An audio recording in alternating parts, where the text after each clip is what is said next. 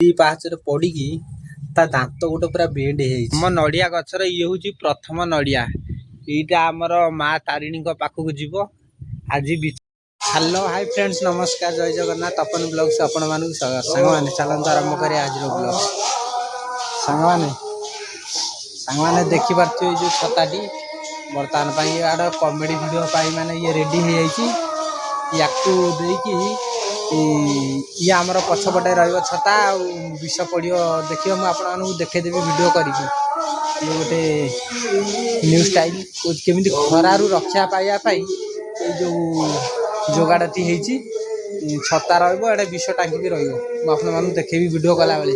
ଦେଖିବା ତ ଯୋଗାଡ଼ ବର୍ତ୍ତମାନ ପାଇଁ ସରିଛି, ଖାଲି କାମ ଯାହା ହବ ଆଉ।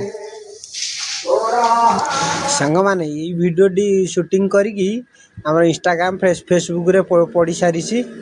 ଆଉ କପିରାଇଟ୍ ଷ୍ଟ୍ରାଇକ୍ ଆସିବ ବୋଲି କେବଳ ମ୍ୟୁଜିକ୍ଟା ଏଥିରୁ ହଟେଇ ଦେଇକି ଖାଲି ସେମିତି ପକେଇ ଦେଇଛି ଦେଖିବା ପାଇଁ ଆଉ। ଦେଖିପାରୁଥିବେ ସାଙ୍ଗମାନେ ଆମର କମେଡ଼ି ଭିଡ଼ିଓ ସୁଟ୍ ଚାଲିଥିଲା। ଆମର ଟାଙ୍କି ଗଳେଇକି ଯେଉଁ ଆମର ବିଷ ପକିଆ ସିନ୍ ଗୋଟେ ଥିଲା, ଆଉ ସେଥିପାଇଁ ଆମେ ବିଷ ଟାଙ୍କି ନେଇକି ଆସିଥିଲୁ।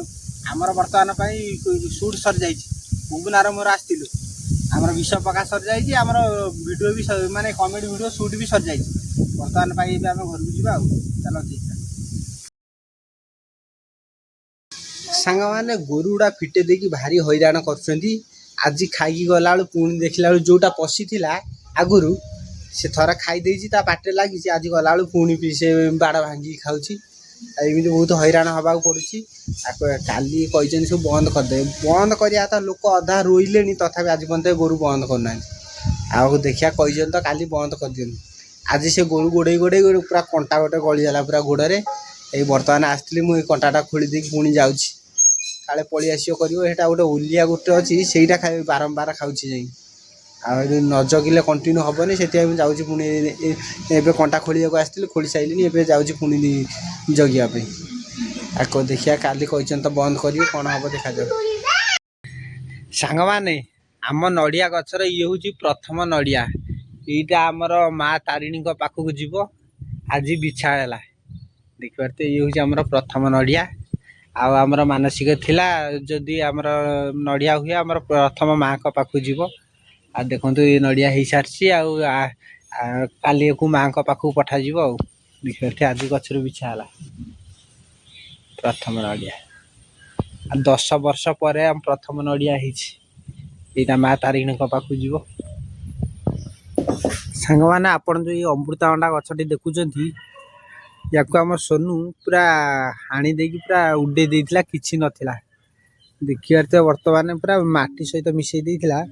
ଦେଖିପାରୁଥିବେ ଏବେ କେତେ ବଡ଼ଟେ ହେଇଗଲାଣି। ଆଉ ଦେଖିପାରୁଥିବେ ପୁରା 2ଟା କେନା ହେଇଯାଇଛି। ଆଉ ଅମୃତଭଣ୍ଡା ବର ହେଲାଣି ଅମୃତଭଣ୍ଡା। ଦେଖିପାରୁଥିବେ, ମାନେ ରଖିଲେ ହରି ମାରିବ କିଏ। ଏ ଗଛଟାକୁ ପୁରା କାଟି ଦେଇକି ପୁରା ମାଟିରେ ମିଶେଇ ଦେଇଥିଲା। ଏବେ ଦେଖନ୍ତୁ 2ଟା ପୁରା ହେଇଗଲାଣି। ତାର ଗୋଟେ ଶାଖା ହେଇଯାଇଛି। ଏଇଟା ତାର ମେନ୍ ଗଛ। କେତେ ବଡ଼ ହେଇଗଲା। ଡାଳିମ୍ବର ଏରା ପୋକ କ'ଣ ସବୁ ଲାଗିଯାଉଛନ୍ତି। ଏମିତି ସବୁ ଚିତ୍ରା ସବୁ ହେଇଯାଉଛି ଡାଳିମ୍ବ ଗୁରା। ପ୍ରଥମେ ଯେଉଁଗୁଡ଼ା ହେଇଥିଲା ସବୁ ଭଲ ହେଇଥିଲା, ଖାଇ ଦେଇଥିଲେ। ଏଇଟା ଯେଉଁ ଗୋଟେ 2ଟା ଅଛି, ସେ ସବୁ ଚିତ୍ରା କ'ଣ ହେଇଯାଉଛି। ଆଉ ସାଙ୍ଗମାନେ ଗୋଟେ ବଡ଼ କଦଳୀ କାନ୍ଦି ପଡ଼ିଥିଲା, ତାକୁ ପୁରା ମାଙ୍କଡ଼ ପୁରା ଟେକି ନେଇଗଲା ଟୋଟାଲି ସେ କାନ୍ଦି ସବୁ। ଆଉ ଦେଖିପାରୁଥିବେ ସେ ଭିତରେ ସେ କାନ୍ଦିଟା ହେଇଥିଲା। ଆଉ ପୁରା ମାଙ୍କଡ଼ ତ ଖାଇଦେଲା। ଆଉ ଏବେ ବର୍ତ୍ତମାନ 1 2 3 4ଟା କାନ୍ଦି ବର୍ତ୍ତମାନ ପାଇଁ ପଡ଼ିଛି। ଛୋଟ ଛୋଟ ହେଇଛି। ଆଉ ବଡ଼ କାନ୍ଦିଟା ପାଚି ଯାଇଥିଲା, ତାକୁ ଆମେ ଦେଖିପାରିଲୁନୁ। ଆଉ ତାକୁ ପୁରା ନେଇଗଲା। ଆଉ ଏଇ କିଛି ଦିନ ତଳେ ଦେଖିଥିଲୁ, ତାକୁ ଆମେ କହିଲୁ ନେଇ ଆସି, ଆଉ ଟିକେ ପାଚି ଯାଉ। ଦେଖିଲା ବେଳୁ ତାକୁ ଟୋଟାଲ ନେଇଗଲା ମାଙ୍କଡ଼ ତ। ସାଙ୍ଗମାନେ, ଆଜି ଦିନଟି ବହୁତ ଖରାପ। କାହିଁକିନା ଆଜି ମୋ ଗୁଡୁନୁଟା ଏବେ ଆମର ସିଡ଼ି ପାହାଚରେ ପଡ଼ିକି ତା ଦାନ୍ତ ଗୋଟେ ପୁରା ବେଣ୍ଡ ହେଇଯାଇଛି।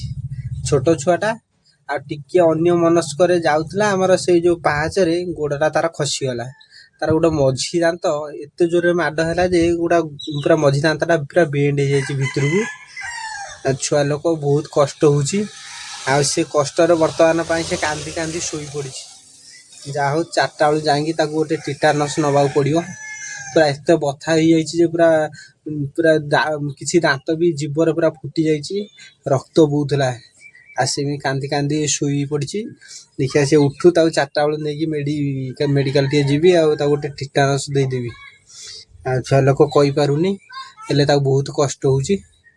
ଆଉ ଏବେ ସେଇ ଇଏରେ ଶୋଇପଡ଼ିଛି। ଆଉ ତାକୁ ଉଠିଲା ପରେ ତାକୁ ନେଇକି ଯିବି। ଆଉ ଏଇ ସାଙ୍ଗମାନେ, ମୋ ଗୁଡୁନୁଟା ଯେତିକି ପିଲାବେଳୁ ପଇଲାଣି ଏମିତି କୌଣସି ଛୁଆ ବି ପଡ଼ିନାହାନ୍ତି। ଆଉ ଦୁର୍ବଳିଆଟା ହେଇଛି। ଆଉ ଖାଉନି ସବୁବେଳେ, ସବୁବେଳେ ତାର ଖାଇବା ଢିଲାରୁ ଏତେ ଦୁର୍ବଳିଆ ହେଇଛି ଯେ ଯାଉ ଯାଉକା ପଡ଼ିଯାଉଛି। ଆଉ ଏମିତି ନର୍ମାଲରେ ଝୁଣ୍ଟିକି ତ ପିଲା ପଡ଼ନ୍ତି, ସିଏ ସେମିତି ନର୍ମାଲରେ ଖାଲି ଯାଉ ଯାଉ ପଡ଼ିଯାଉଛି। ବହୁତ କଷ୍ଟ ପାଇଲାଣି ଛୁଆଟା। ତା ଜୀବନ ଭିତରେ ମାନେ ଏଇ ଯେଉଁ 3 ବର୍ଷ ତ ତା କମ୍ପ୍ଲିଟ୍ ହୋଇନି, ଏଇ 3 ବର୍ଷ ଭିତରେ ପ୍ରାୟ ସେ ବହୁତ ଥର ପଇଲାଣି, ଆଉ ଇଞ୍ଜର୍ଡ ବି ହେଲାଣି। ଆଉ ସେ କ'ଣ କରାଯିବ, ଦେଖିବା ତାକୁ 4ଟା ବେଳୁ ନେଇକି ଗୋଟେ ଟିଟାନସ୍ ଦେବା। ତାପରେ